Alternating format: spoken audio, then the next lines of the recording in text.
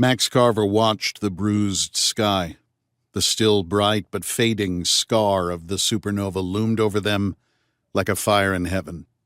Glowing auroral tendrils reached down from that radiant stain in a terrifying display of cosmic power.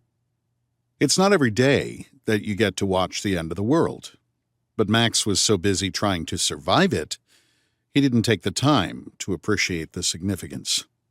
It was morning now, although the sky was noontime bright and had been for what seemed like days. And it was hot. Blistering hot. The bad news was it would only get hotter. Max took his breaths in shallow gasps because they burned his mouth and lungs with every inhale. The air tasted like ash, acrid and burned, and it sapped his strength. Breathe lightly, move slowly became his mantra. Radiation from the supernova was cooking the atmosphere. That's what they'd told him. First, it wiped out most communications and almost anything that ran on electricity. The ambient air temperature rose 24 degrees in just a few days.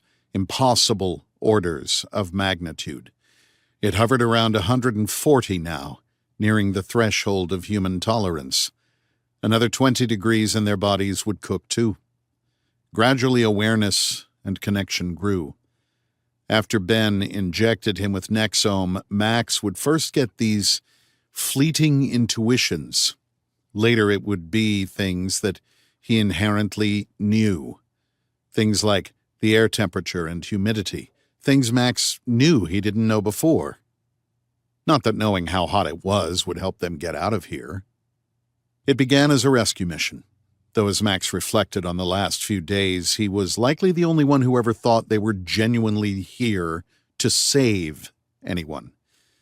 Now he led a desperate group of refugees through some of the densest and most dangerous terrain on Earth, and that was before the radiation, acid rain, and God knows whatever else this thing caused. Despite being in charge, it still seemed that Max knew the least about what was going on here.